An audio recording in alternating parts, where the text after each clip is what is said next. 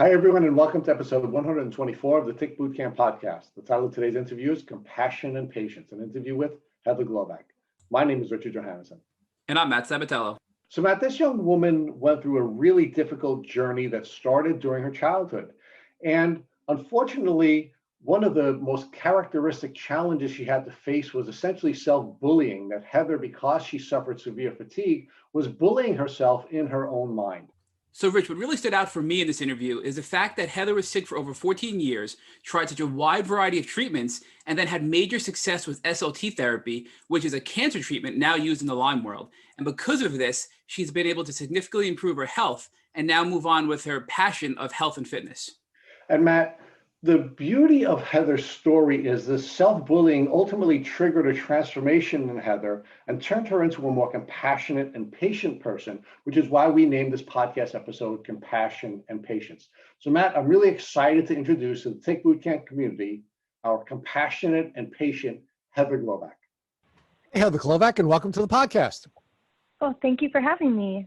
We're really blessed to have you. I mean, I think we've been trying to get you on the podcast for a long, long time, and we're really blessed to finally have you share your story and your experiences with our listeners. So thank you for joining us.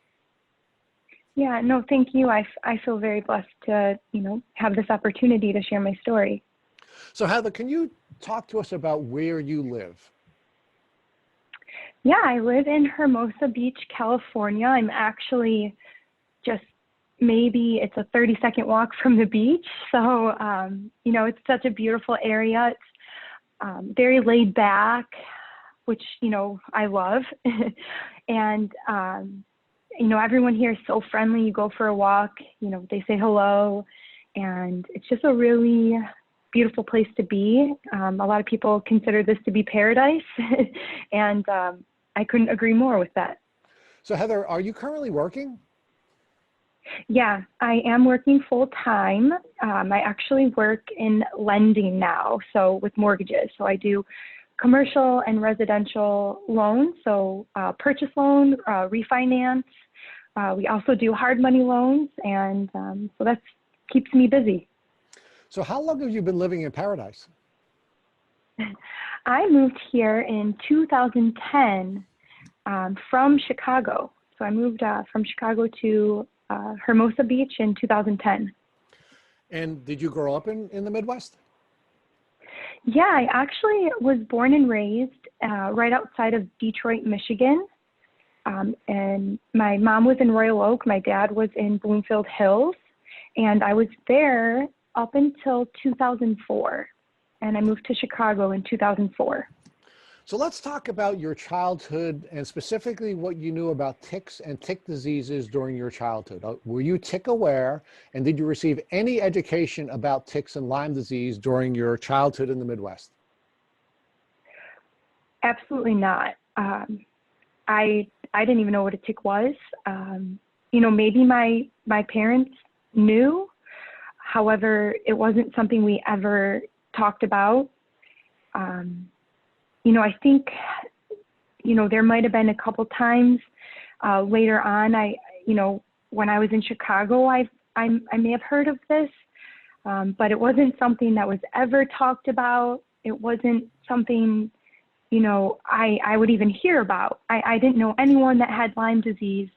Up until college, one of my neighbors, my mom called me to tell me that she had Lyme disease, and I had no idea what that meant, what the symptoms were, or how, the severity of it. So very little education surrounding Lyme disease and ticks. So now, Heather, when did you first begin to show what you now know to be the symptoms of your tick disease? So, after my diagnosis, I did a lot of reflecting because it was something that I didn't understand. And I remember, for me personally, I remember in high school, I did really well in high school, but I remember I had such a hard time staying awake in class. It came to the point where, some of my friends would ask, why are you so tired? And it was something I couldn't even articulate, the fatigue that I felt. It was this uncontrollable fatigue that if I didn't close my eyes and rest my head, I would fall over. And when you're that young and, you know, you don't understand what is going on in your body, it's very frustrating. I remember I would beat myself up. I thought, why are you so lazy? Why are you so tired? What is wrong with you? And I would have these really debilitating conversations with myself. And, you know, looking back, that definitely added fuel to the fire and, you know, to the severity of it. So back in high school, I definitely started to, fatigue was my first symptom. I mean, severe fatigue. So Heather, your self-talk was really mean, meaning you were almost bullying yourself because of the way you felt and calling yourself lazy. How are the other people in your life treating you when you were exhibiting these symptoms of fatigue? Yeah, that's such a great question. You know, I think some of my teachers, you know, maybe weren't so nice. Although I think that they were surprised that I would still maintain good grades. I just remember, you know, getting in trouble for resting my head. And, you know, if I'm being honest, I can share a story. There was one time where I did fall asleep in class and the teacher had everyone leave the room. And then the bell went off and I was in the room by myself. And, you know, as I look back and think about that story, you know, it was really hurtful because not only was I frustrated with myself, I was scared because I didn't understand what was going on with me. And I felt almost, you know, judged because of the amount of fatigue I would experience. And because I didn't know how to articulate the way I felt, or maybe I was embarrassed to share how I felt, it was, you know, it was really debilitating. Now, Heather, how did your peers treat you when, not just this one incident where your teacher embarrassed you, but just generally, clearly you were having symptomology that the rest of your peers weren't having? Were your friends suggesting that you were lazy? Were your friends isolating you or not inviting you to different events? How did this present in your social circle? You know, I was really blessed to have an amazing group of girlfriends, and not once did I ever feel judged by them. I know I had two friends that were just so caring and nurturing, and I remember even when I would come over to their house, they would just let me nap, and you know, that I think that brought me a sense of comfort. And you know, I was very fortunate that my friends were understanding and, you know, not judgmental. They didn't push me out by any means. If anything, I think it made them care for me more. So in that respect, I was very fortunate. So Heather, how did your family react to your fatigue and you presenting very differently than other people your age? Yeah, you know, my parents were never you know, mean to me about it. Excuse me. And I remember, you know, my mom and dad just being concerned. And, you know, I wish that Lyme disease, you know, had come to the surface, you know, at least in the area that I lived in a bit sooner, because, you know, I did go through some testing and it just seemed like, you know, we couldn't really find what was going on.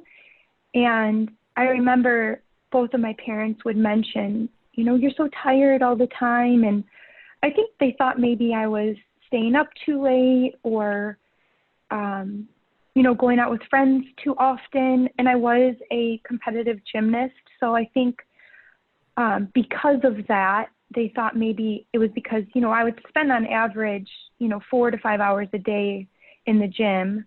So I think they kind of connected the fatigue with, oh, well, you know, she's an athlete and she's always on the go. So I think because of that, maybe it got dismissed around that time.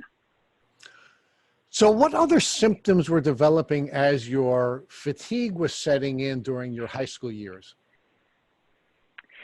Yeah, so definitely fatigue. And I remember I did experience some weight gain, which was confusing because, my diet has always been pretty healthy. I was very fortunate because my dad, he's just a health nut, very active. So, he introduced me to that lifestyle at a very young age. So the weight gain was very interesting. And I remember being easily triggered.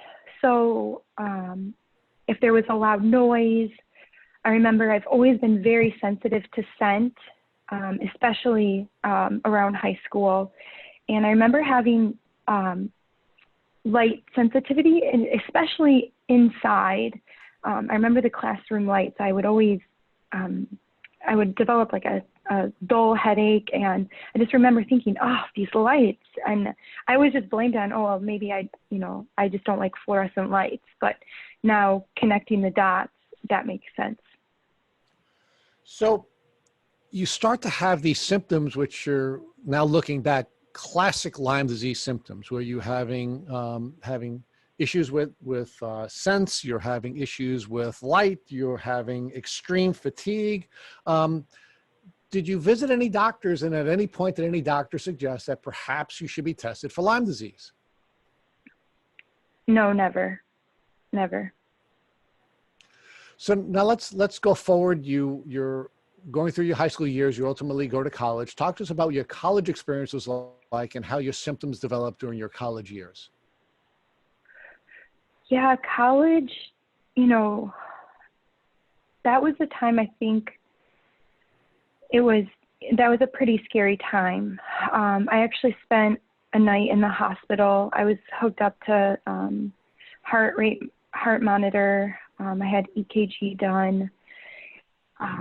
I'll go over some of my symptoms. Again, the fatigue. Although, I was a full-time student, I actually had 3 jobs.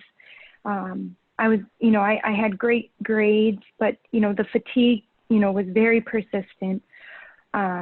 I was experiencing heart palpitations, depression, anxiety, and that's when the dizziness started to set in also. And I did find a doctor there, and that's when the thyroid issue came up. And when you say the thyroid issue came up, what do you mean by that? So I was diagnosed with hypothyroid. And I think at that time they were like, oh, well, this is what's going on. So we'll give you, some Synthroid and you should feel better. Now, we've interviewed many folks who have been diagnosed with hypothyroidism, and as it turns out, it was actually just a symptom similar to Lyme, and it was in fact Lyme disease. Do you think the diagnosis was proper, and do you think that diagnosis was triggered by your Lyme disease, or do you think it was an improper diagnosis?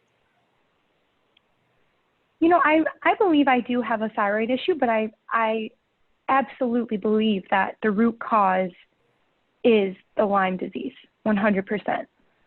Okay, so now you have, again, even a greater number of very classic Lyme disease symptoms, and you now have, you're presenting with another symptom, which is hypothyroidism. Did any of the doctors that you were treating with during this hospital stay suggest to you that you should be evaluated for Lyme disease or tested for Lyme disease? Nope. That wasn't even a conversation that we had.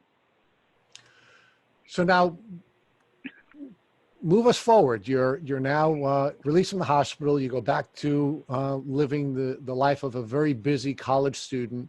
And how are your symptoms progressing, and what doctors are you seeing? So I was only seeing a primary doctor, and the symptoms, all of them, still consistent. And then I remember I had some pretty severe gut issues that started to trickle in. And that's when it really became overwhelming, because not only am I tired, I'm experiencing, pretty severe dizziness.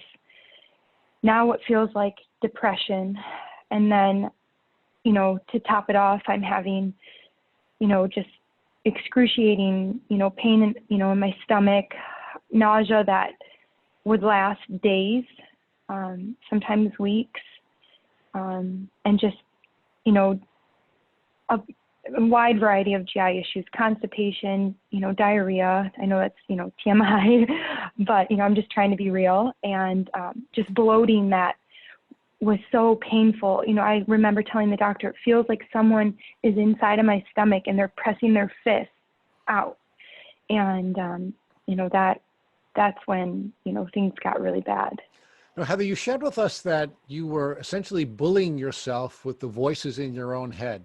As all of these symptoms were developing now through your college years, how were the voices in your head treating you? I think at that point, because other symptoms were coming to the surface, it wasn't because of the symptoms I gave myself a little bit of grace, but it really allowed me to see that, hey, something is actually going on here. And, I tried to separate that from blaming myself. So I'm not saying it was easy by any means. And I still had moments where, I was just like, what are you doing wrong? And, you should try harder, to, eat healthier or not go out so much.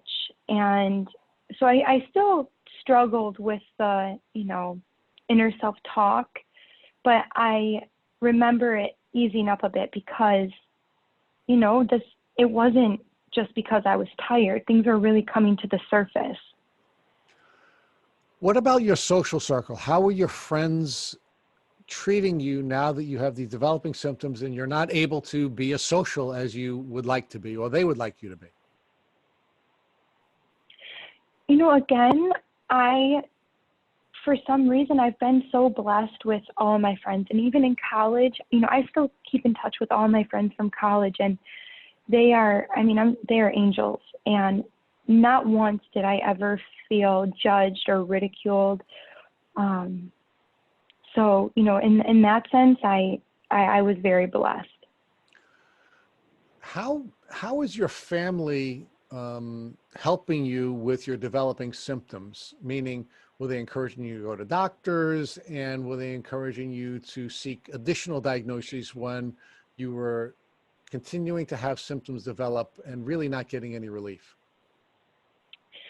Yeah, I remember my dad was so worried about me, and I probably went to my primary care doctor, a couple times a month, because it came to the point where, I would call and I would be in tears and we just weren't getting any answers. And,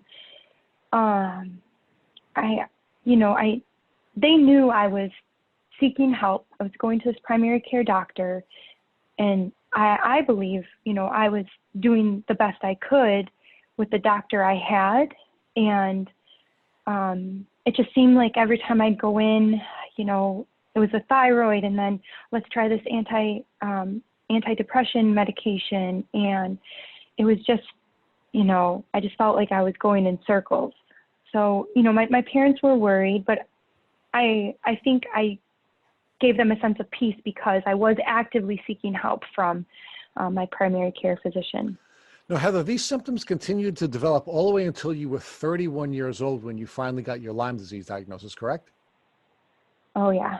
Yeah. And how many different doctors did you see between the time that you were in this sort of loop with this doctor who was not helping you and then finally getting your diagnosis at 31?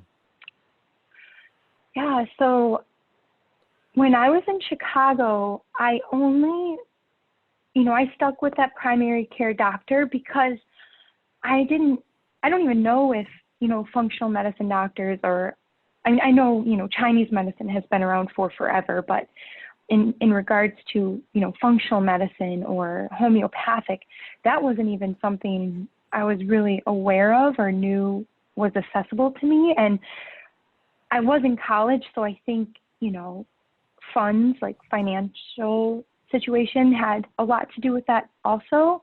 So in Chicago, I only saw one doctor, but it wasn't until I don't want to jump ahead too much, but it wasn't until I moved to California that I was presented with some alternative, doctors. Okay, so let's talk about you staying with the one doctor, and I hope this question doesn't sound mean, but I do think it's important that I ask the question. When you were in this loop where you weren't getting better, why'd you stay with the one doctor? Yeah, that's a good question. I think,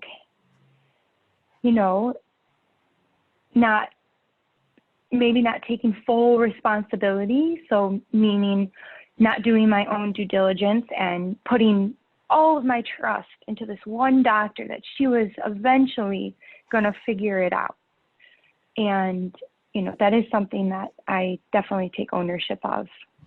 Well, let's talk about her a little bit more. Why do you think she didn't send you out to any other doctors when she, with you, was in this loop where you were going to her a couple of times a month and you were getting worse and worse? Why do you think she didn't send you out to a specialist or someone else to get a second opinion?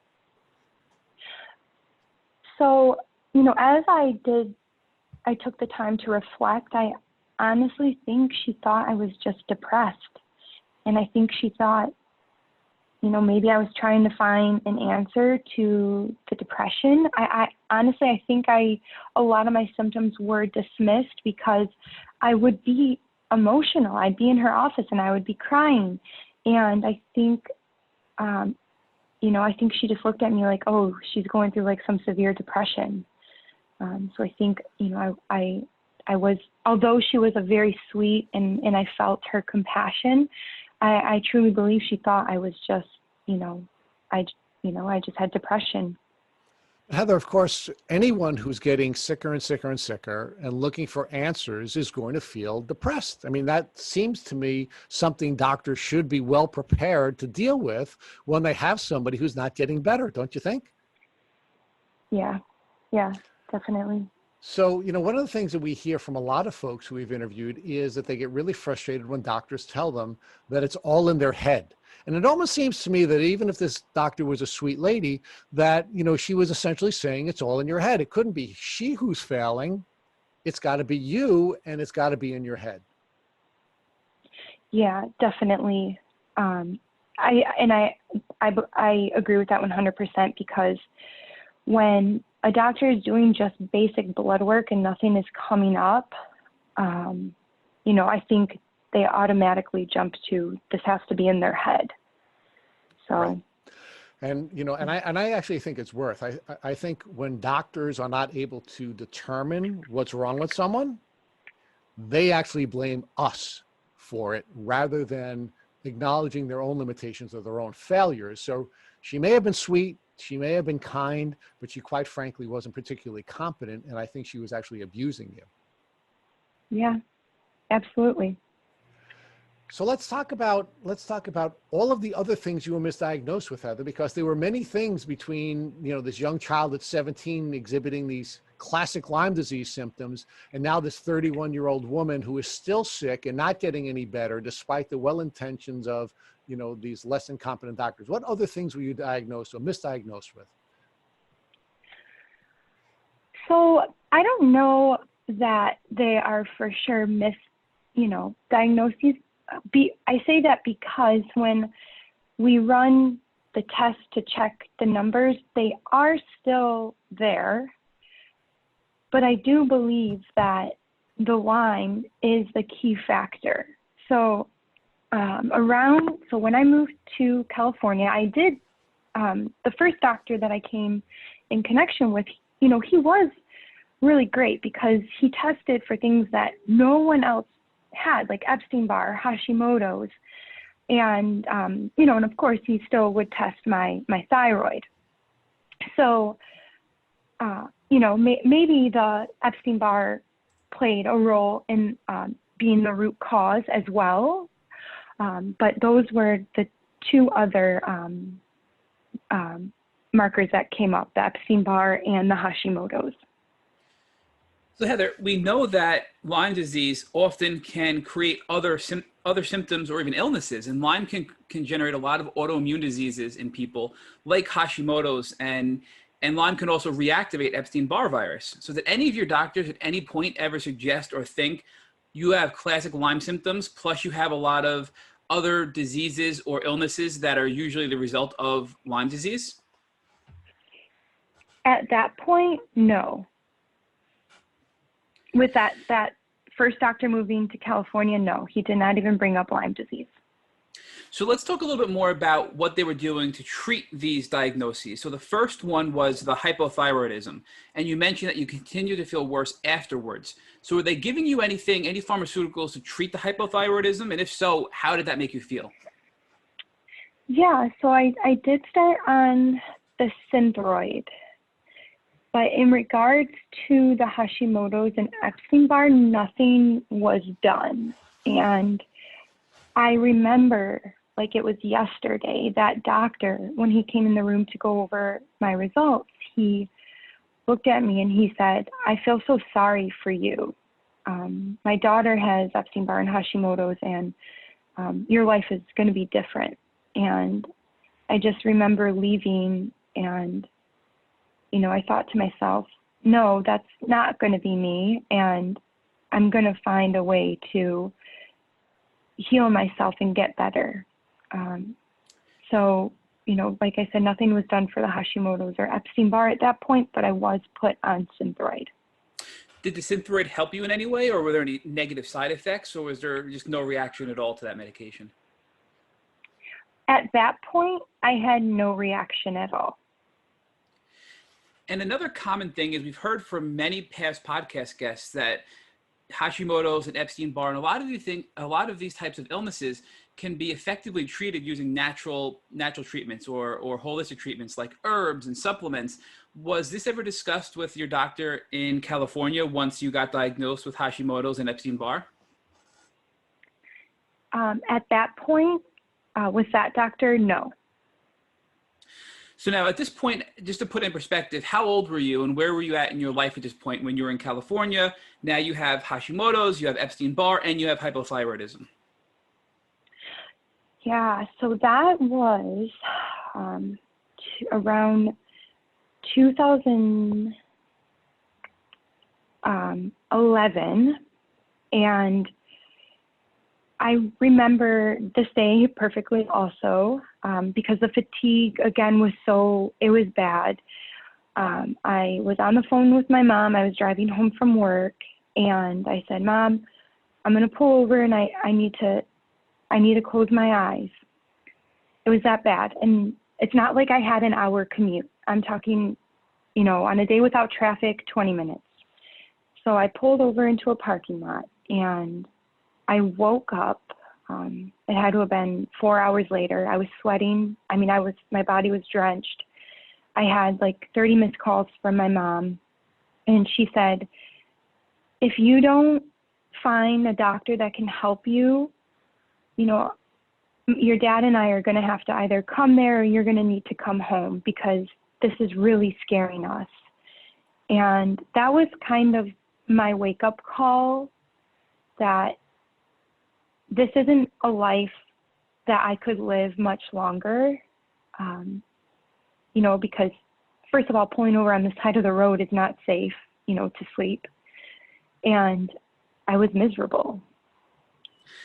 Heather, did you believe your diagnoses at this point? So you're about 25, right? You're living in California, you're away from your family, and your primary care physician now in California is saying you're going to have to live with this, and these are illnesses that you just have to manage, and there's nothing we can do. Did you accept these diagnoses, or were you always questioning, was there something deeper causing your symptoms? Oh, I definitely questioned, reading the symptoms of Epstein-Barr and Hashimoto's. I was like, okay, well, they are, they're in connection, and okay, maybe that is true, but my gut told me that there was something else that we were missing, especially because he couldn't even offer a treatment at that point for the Hashimoto's or Epstein-Barr. And that's when I think I started to talk about my situation a little bit more, because not that I was ashamed of myself, but I was a little embarrassed that I was experiencing, it's not easy to tell someone that you have to pull over and take a nap in your car on your 20-minute ride home from work. But after, I started to wake up and realize the severity of all this, I did start to talk to friends and coworkers, and that's kind of when things started to work in my favor, because I was introduced to a couple different doctors. So I think what you just said is a really important lesson for those that are listening. And I myself did the same thing, where you're ashamed of your symptoms and you don't want to speak about your illness. So you just pretend that everything is okay for the most part.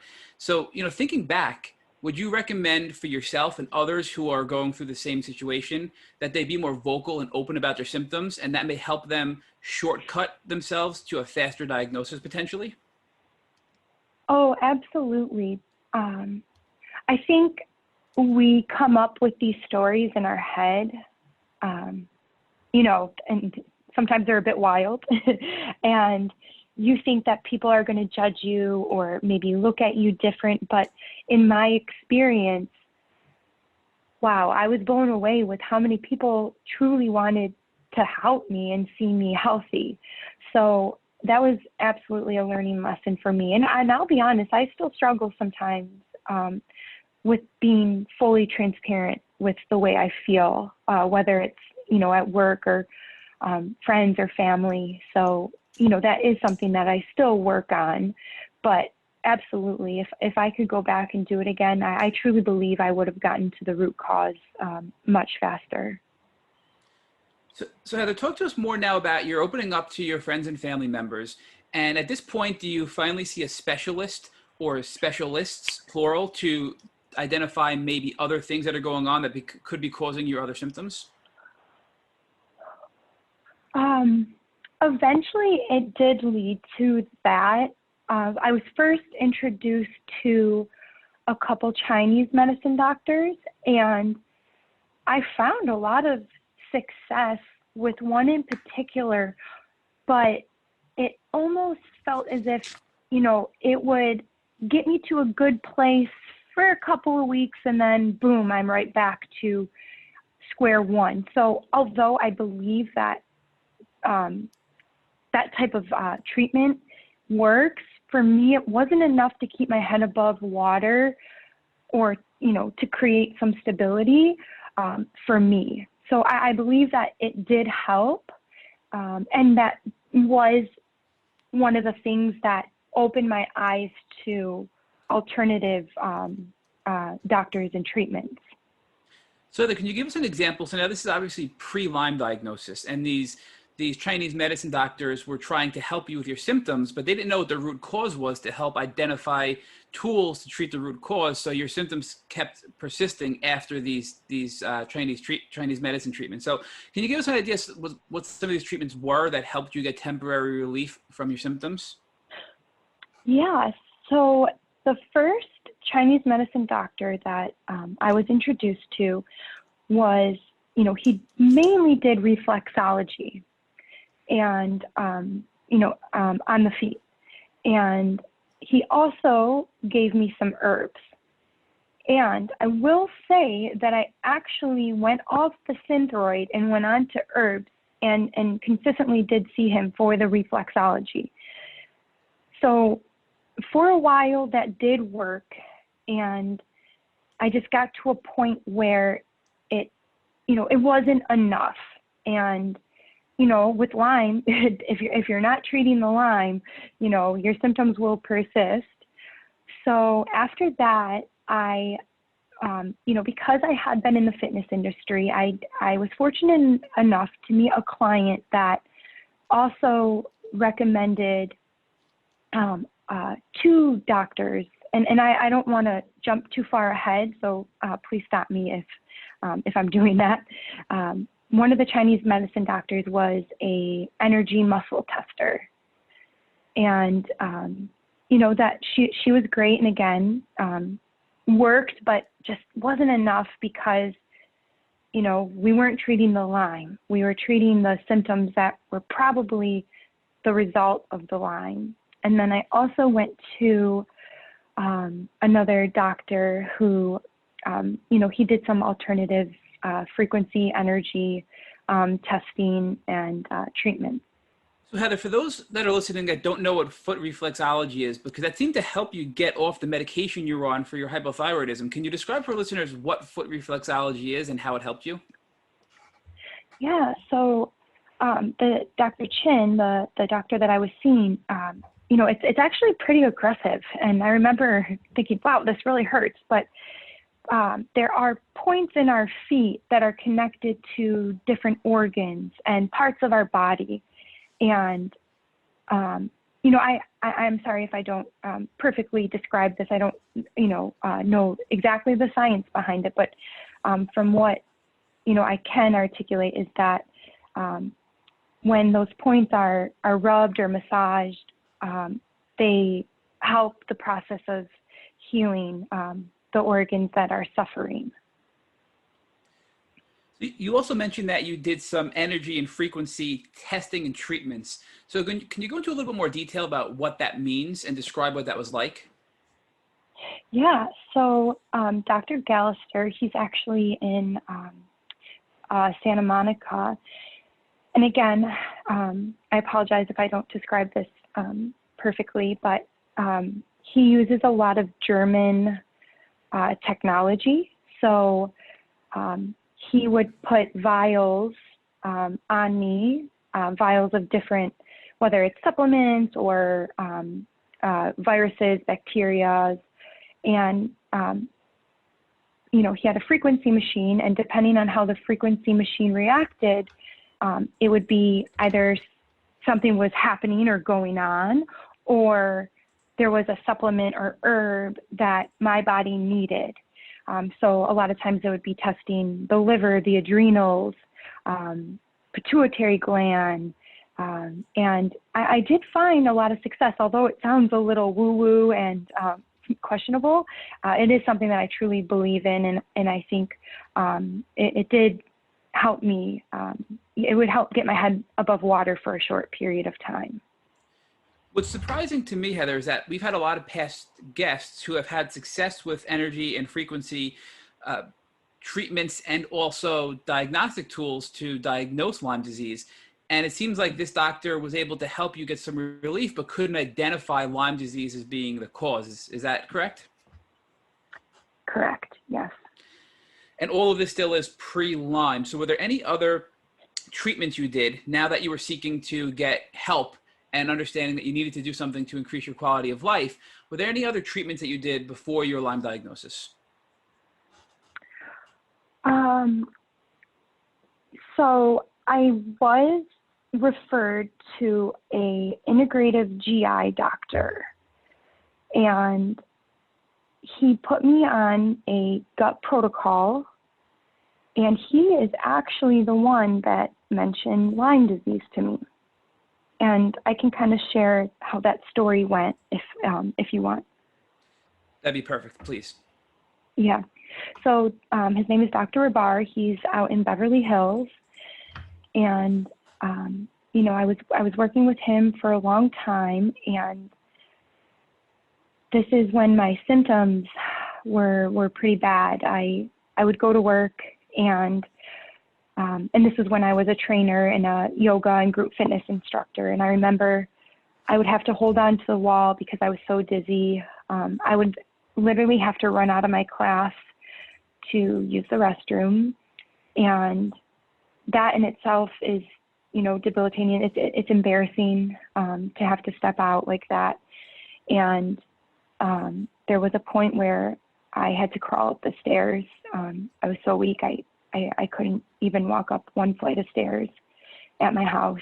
And then I had a very traumatic GI episode, and I was sent in for an emergency endoscopy, and Dr. Rabar was the one that performed that. And he sat down with me after, and he held my hand and he was just so sweet. And he noticed that I had this little bump on my left hand, which I always thought and was told was a skin tag. And he said, "How long have you had that?" And I said, "Oh, well, this happened in college." And he said, "Okay, let's talk a little bit more." And I think we sat there for like an hour, and he goes, "Now that I think of it, your symptoms are very much in alignment with a lot of my Lyme patients." And he said, "Have you been tested for Lyme?" And I said, "No." And he said, "Okay, I think it's time that we test you for that." And we did. I did the Western blot, and I also did a DNA connections urine test, and both came back positive.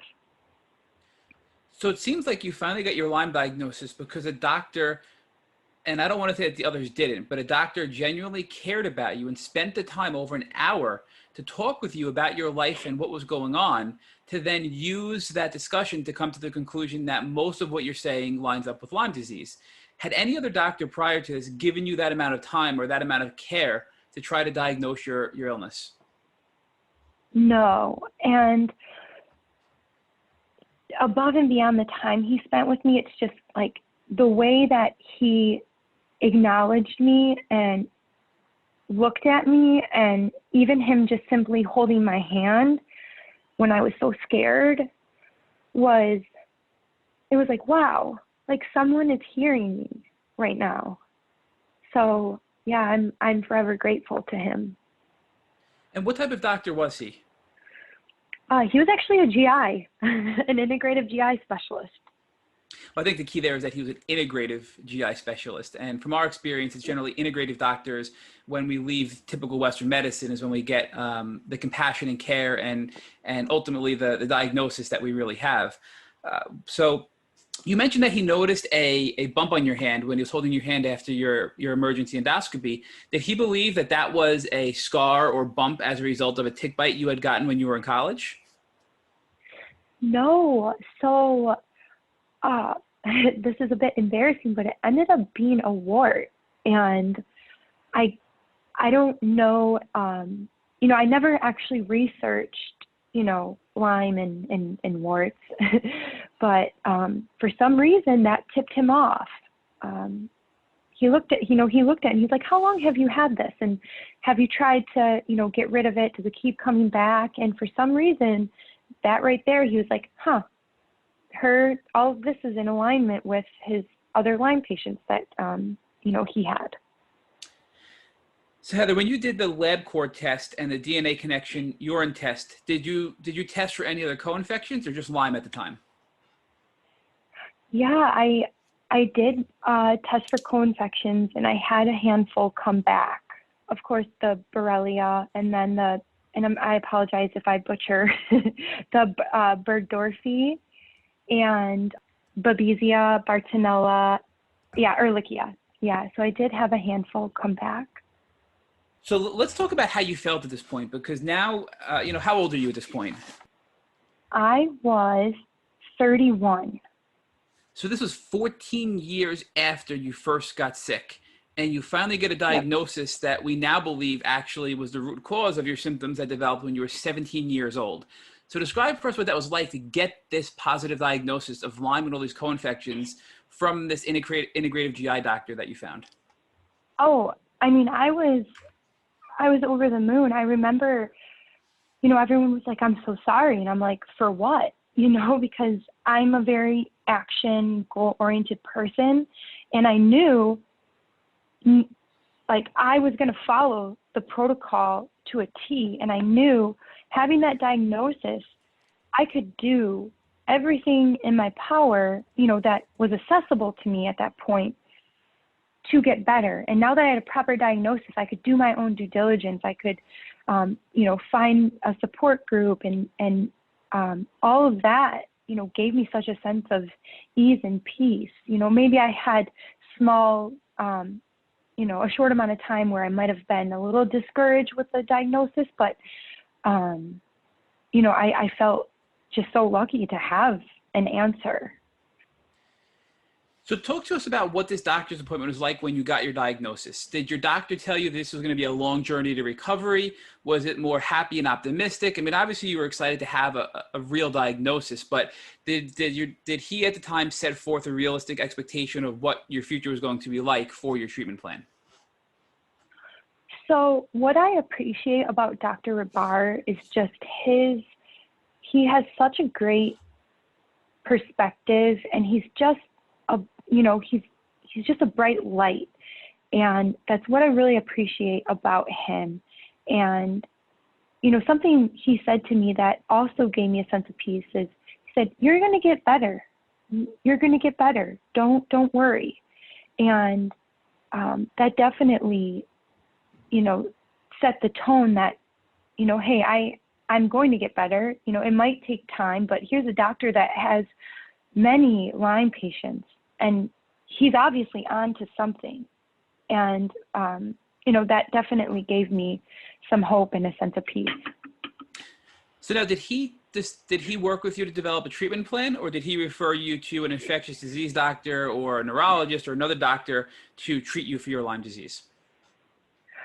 Yeah, he actually referred me to Dr. Lehman in Beverly Hills, who is a infectious disease specialist and also a Lyme literate doctor. And how long did it take for you to get in to see Dr. Lehman? We've heard a lot about her on social media and just in the Lyme community. So was it a lengthy wait to get in to see this Lyme literate specialist near where you lived? No, I think I got in that next week. I actually think it was just a couple days later, because I remember he had emailed her all of my history right away, because, she could get me in. I don't know if he called her and, shared the case with her or the severity of it, but I did get in right away. So let's talk about that appointment. So a few days later, now you're going to this Lyme literate infectious disease specialist. And what was the treatment plan that you were given to move forward and start to heal from Lyme disease? So the first treatment plan was antibiotics. Do you recall it was the type of antibiotics? Yeah, we did Flagyl. I apologize if I'm not pronouncing that right. And I remember Zithromax, doxycycline, and I remember that there was one other one. Then we also did nystatin, diflucan. It was a wide variety, and in my heart, I believe that is what we had to do to kill the bad bugs. But after, I believe it was about 9 months, I was tapped out. I couldn't do the antibiotics anymore. I was done. I knew that I had reached my limit, and we had to try something different. So how are you feeling throughout this 9 months? You were on a pretty heavy combination of antibiotics and other medications, which really could have a lot of side effects with these medications too. So were you getting relief from your symptoms? Were you feeling worse before you started to feel better? Give us an idea of that 9-month period and how you felt during that treatment window. I actually started to feel better for a bit. And then I think the antibiotics just became too much, especially with my gut. And I just remember feeling like I was in a fog. I remember I would get agitated easily. And I just remember there came a point where I was like, you know what, I can't do the antibiotics anymore. I just can't. And then, we switched. So that you're tapping out from the antibiotics. I mean, it took its toll on your gut. It just started having some too strong side effects. You were on them for 9 months. You've made some progress, but now you're going to pivot to another treatment option at that point. So what was next in your treatment plan? And were you still staying with the same doctor? Were you seeing any other doctors at this time? So I did stay with Dr. Lehman, and at that time, I did have a pretty good savings. So I did as much as I could with what I had.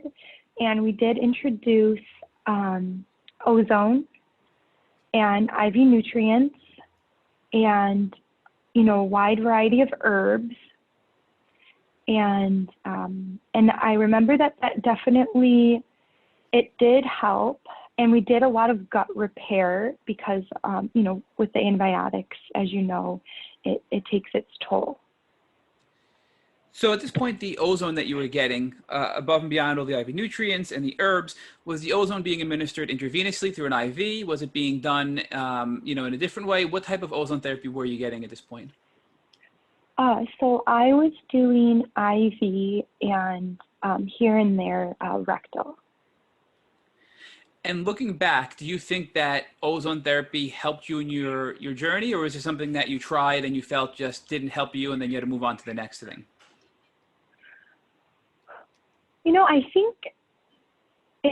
I think it did help. And I also think that ozone is really great for maintenance, but I'm just not convinced it was enough for me at that point. So how long were you on the herbs, the IV nutrients, and the ozone? How long were you on those for before you decided that they weren't working and you moved to another treatment plan?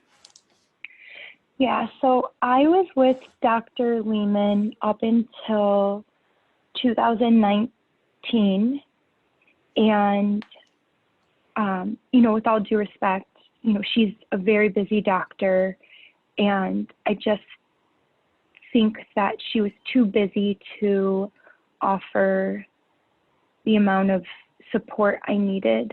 So I started to do research, and she's a brilliant doctor. She's great.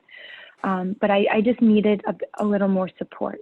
And I started to do some research, and I found the whole TORF group, and I started there with Dr. Evans, but then I was referred out to Dr. Hunt because Dr. Hunt is, the top Lyme disease doctor at the whole TORF group.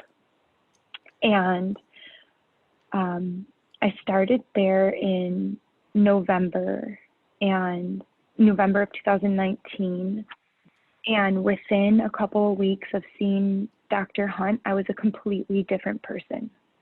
So before we go there, Heather, do you feel that the herbs and the ozone therapy, the rectal and IV ozone therapy, and the IV nutrients and everything you were doing in your second phase with Dr. Lehman helped you a little bit further in your journey? So the antibiotics for 9 months, then the combination of the herbs, the nutrients through IV, and the ozone, they helped you get a little bit better. But it sounds like when you started, late last year in 2019 with Dr. Hunt from the Holtfort group, that he changed your protocol. So when you started, was your protocol changed, or did he keep you on what Dr. Lehman had you on? No. I will say, Dr. Lehman, she definitely got my head above water, and I did start to see glimpses of like my old self coming back in terms of, having days where I felt good. But when I went to the whole TORF group, I brought my bag of supplements, and basically she was like, we're going to stop all of that. That's too much. And that was also relieving to me because I had, supplement fatigue for sure. And so to answer your question, my protocol was completely shifted and changed. So let's talk about that. How many supplements were you taking on a daily basis while you were with Dr. Lehman before you switched over to Dr. Hunt? Well, I had at least, I brought like a grocery bag full, so I would say probably about 30. And that's not uncommon. If we actually did a poll recently on our Instagram story, and many people when treated with Lyme take anywhere between 20 and some people upwards of 70 supplements per day. So unfortunately, that is not uncommon for people with Lyme disease. Mm-hmm. But it seems like, you made a little bit of progress with Dr. Lehman, but you really, the game changer and what really was the biggest improvement in your health came when you found Dr. Hunt and shortly after you found Dr. Hunt. So we're excited to hear about what those treatment options were that you changed to when you saw Dr. Hunt that really were the game changer in your recovery. Yeah, so I think there were a few game changers. So one would be, Dr. Hunt, just like Dr. Rabar, she sat down with me and she didn't have her phone in the room. She didn't have people coming in and distracting her. She wasn't checking her email while she was in the session with me. She was truly there with me. And that, first and foremost, almost takes, some weight off your shoulders. And I think mentally and emotionally, that was a part of the healing as well. And then as far as the treatment plan that was shifted, I'll also mention that the whole Torf group is half the cost. So ozone is accessible to me multiple times a week now. IVs are accessible to me multiple times a week. So the cost was at least cut in half, sometimes more. And I think that played a huge part in my healing, to not have the financial stress. And then, of course, we can get into the treatment plan. So, I still continued the 10 pass, sometimes 8, depending on time, of ozone. I was doing, high dose nutrient IV, including glutathione, and Plaquex was introduced, which that was an amazing, that was a game changer for me. And then what is Plaquex? What type of medicine is that? So Plaquex helps. It's like a binder, but beyond that, so it pulls out toxins, but it also helps repair cells. From what I've read, and that when I leave after a Plaquex IV, I just feel amazing. So I'll do 8 to 10, depending on how much I have, 8 to 10 pass of ozone. I'll do glutathione, a high dose nutrient IV bag, and then the Plaquex. And I just leave and I feel great. And we also introduced the NAD, and here and there I will add in ketamine IV. So can you talk to us about what is NAD? That's an IV infusion? Yeah, so my experience with NAD, and I know a lot of Lyme patients suffer from brain fog. My brain fog, it absolutely has gotten better, but there, was a time where it was really bad, and I know a lot of people can relate to, it's very embarrassing because your capacity to retain or understand or even hold a conversation is challenging. I mean, there were times, and it still pops up here and there. There were times I'd be in mid-conversation and I would be like, what was I even just saying? I just blanked.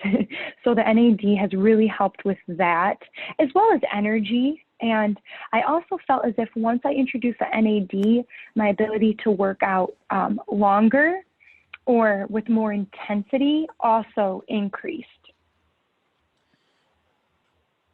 So can you talk to us more about how the ketamine IV helped you? We've actually had some other podcast guests describe that ketamine had helped them as well, but we want to hear how it has helped, what ketamine is generally used for and how it helped you in your healing journey. So I started doing ketamine actually after my mom passed because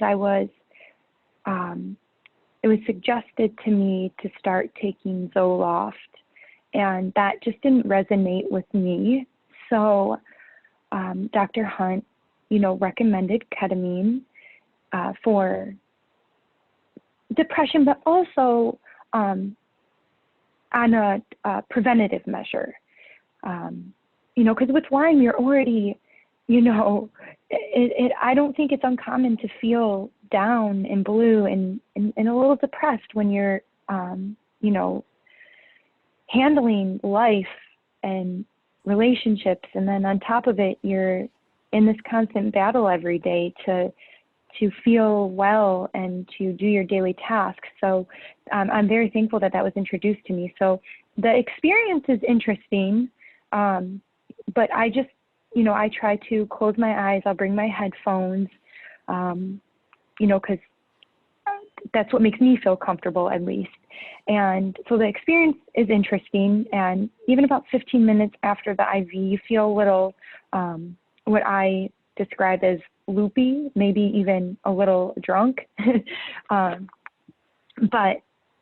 for me, that has really helped, not only with my mood, but I wake up and I'm just like, wow, I'm so grateful. Like, I just wake up with this sense of gratitude. And I noticed that shift after starting the ketamine IV. So, you know, most people with Lyme have these feelings of depression or anxiety, and they struggle because, number one, when you're that sick, of course you're going to be depressed. And number two, Lyme actually does create these symptoms. They actually will Lyme can make you depressed. That is a symptom of Lyme disease. So it sounds like for those that are really struggling with their mental health, maybe ketamine can help them have a more positive outlook and bounce back from this depression. Is that an accurate assessment of, in your mind, what ketamine can do for people with Lyme? Oh, absolutely. Yes. And in addition to ketamine, I mean, it seems like Dr. Hunt really hit every piece of your illness, from the emotional to the physical to the detox to the rebuilding of you know, the strengthening of your cells. Was there anything else after the ketamine IVs that really helped you with Dr. Hunt? Oh, yes. I forgot to mention SOT therapy. I believe that, I mean, you know, everyone is different, but that has helped me so much. I'm actually going to do it again, you know, come September, which it basically already is. But yeah, the SOT for me, I mean, it has created, you know, a sustainable, you know, wellness health for me. So. Can you talk to us more about what SOT is? We've actually heard about it a few times, and almost everybody we've spoken to about SOT has said that it's been very helpful in their recovery from Lyme disease. Yeah, so, you know, the nurse took my blood and then they send it to a lab in Greece. And from what I've been told, they magnify the blood by 3,000%. So that they can see exactly what is happening in you and not just in a general sense. And then they create a IV bag and then they send it back. And then it is, you know, it is an IV. And I think it took about 2 weeks for me to feel anything. And then even after that 2 weeks, it was slowly. And then I just remember waking up and I was working out like I used to. And I felt like at work, my performance, you know, really increased. And I was social again. And I was going out with my friends. And, you know, not in excess by any means, but I was able to tolerate a glass or two of champagne or, you know, a spicy margarita, you know, and that was you know, my ability to tolerate alcohol was very low. So I noticed that as well. From how we understand it, SOT really creates the shut-off key or shuts down the bacteria that you have in your body. So you send away your blood. I don't think they can do this here in the States, but they analyze it overseas, and they use the examination of your blood to develop the shut-off key, essentially, to then be injected back into you to sort of, you know, neutralize or kill the Lyme bacteria. Is that an accurate assessment of what you think SOT is? We're just trying to get a better understanding of how it works. Oh, yeah. So how it's been described to me, it can't actually kill it, but it can stop it from growing and taking over. So I hope that clarifies. It does. Thank you. So it seems like that SOT, the Plaquex, the Plaquex, I'm butchering that word, I apologize, and the SOT, the Plaquex, which I don't know why I'm saying it that way, and NAD were the real big game changers for you. Were those the top three that you think were helpful in your recovery? Yeah, and I can actually say that with complete confidence because even my dad, he was like, wow, you just even sound better. You know, because my dad lives in Michigan and he knows when we're on the phone, he's like, oh, you're not feeling well.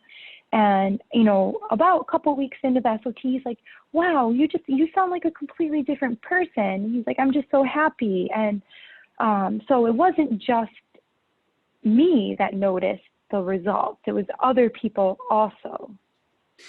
And now all of this was over the last 3 years from essentially when you got diagnosed and then you started seeing Dr. Hunt is really when you had the major progress. Were there any other therapies that you've done with Dr. Hunt in addition to these therapies you outlined in chronological order that you feel have been helpful in your Lyme recovery? Yeah, I would like to mention, the infrared sauna. And I, fortunately, in my town, there's a wellness studio. And the woman that owns the studio has infrared pods that are lined with crystals, which, I love. So that really attracted me to doing that. And then also lymphatic massage while you're in the infrared pod.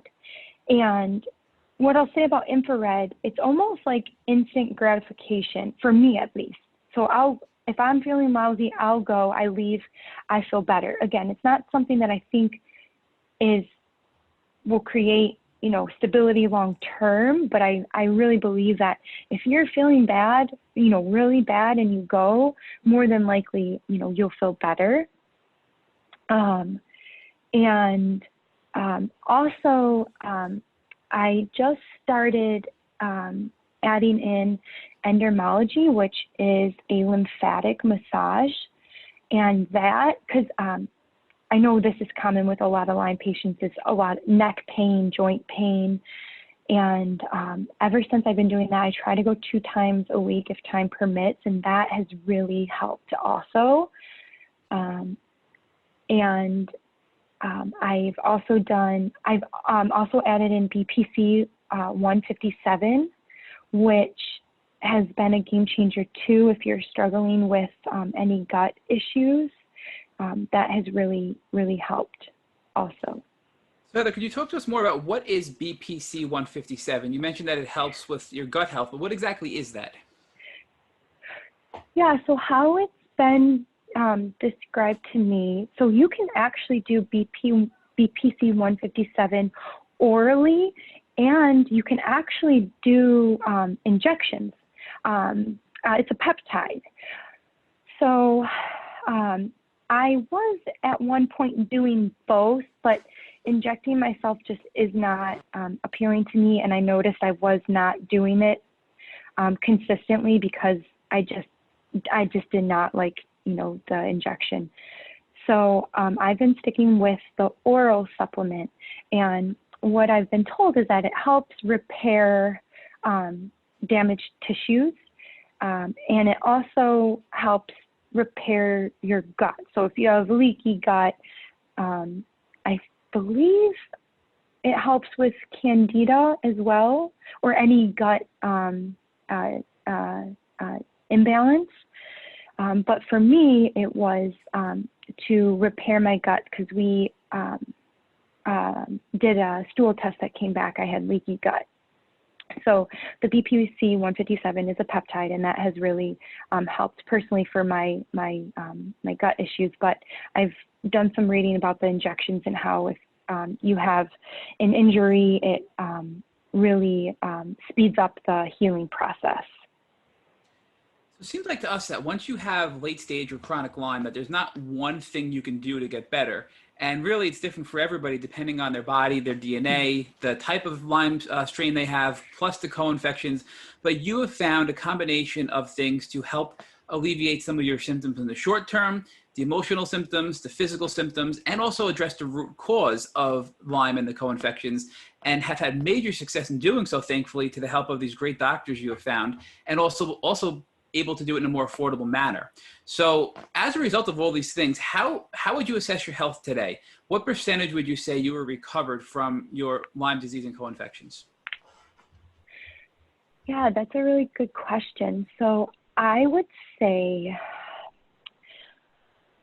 before my mom passed, I was at about 80%. And, my mom passed, and I think, with anyone, it would cause a little bit of a flare up. And, I'm working through that right now, and I can tell, I'm slowly progressing back. But right now, I would say about 70%, and it's mostly fatigue and brain fog. And I know that those symptoms are also connected to grieving. So I don't want to blame it all on the Lyme in this moment, but I would say, I'm at a solid 70% right now. Sarah, we're really sorry for the passing of your mom, and we're sorry for, of course, the additional impact that it's having on you. The stress, of course, is causing a suppression of your immune system, and you're getting, I guess, a revival of some of your symptoms. So we're so sorry for both your loss and for the challenges that the loss is causing you physically. Yeah, thank you. So, but we also need to talk to you about your transformation, which has been unbelievably beautiful. I mean, you went from being this, very sick person who was having all kinds of challenges get diagnosed, to now being a very public person and a very vulnerable person who is now reaching out to folks in the Lyme community. So you can talk about how you went through that transformation from being this person on a diagnostic journey and of course being very sick, to now being this vulnerable person who's reaching out to people in the Lyme community and trying to help them shortcut their journeys. Well, I think one thing that, having, been faced with Lyme disease is you really develop compassion and patience for others, first and foremost. The experience of being ill to the point where you're crawling up the stairs, you're sweating through the night, your bed is wet, and because of that, your work is compromised. That in itself is a challenge. But when you come out of that, at least for me, it's almost, it almost feels like your responsibility to make sure no one ever goes through what you went through. And I believe that that's what Lyme has taught me, compassion, patience, but also when you succeed from something that was so challenging and debilitating, you have to share that. You have to, even if that treatment plan or that, peace of mind doesn't help them, it might help someone else that they know, or it might lead them to the right treatment plan. And that was the moment I started to come out of, the darkness. I was like, I need to help people. I need to reach out. I'm still not 100% vulnerable in terms of sharing everything. I mean, with you and with Ride Out Lyme, yes, but on my personal page, I still struggle a little bit, so I'll take ownership of that. But in terms of my motivation to reach out and help support and guide, that is absolutely, priority and my mission. So let's speak about one more thing that I agree with you is a part of the responsibility that all people who have been on this type of journey should assume. And you're doing it beautifully. You did it certainly wonderfully at Right Out Lyme, and you're doing it beautifully here with us today. Talk to us about what would happen if, God forbid, one of your good friends came into your room right now and showed you they were being bitten by a tick.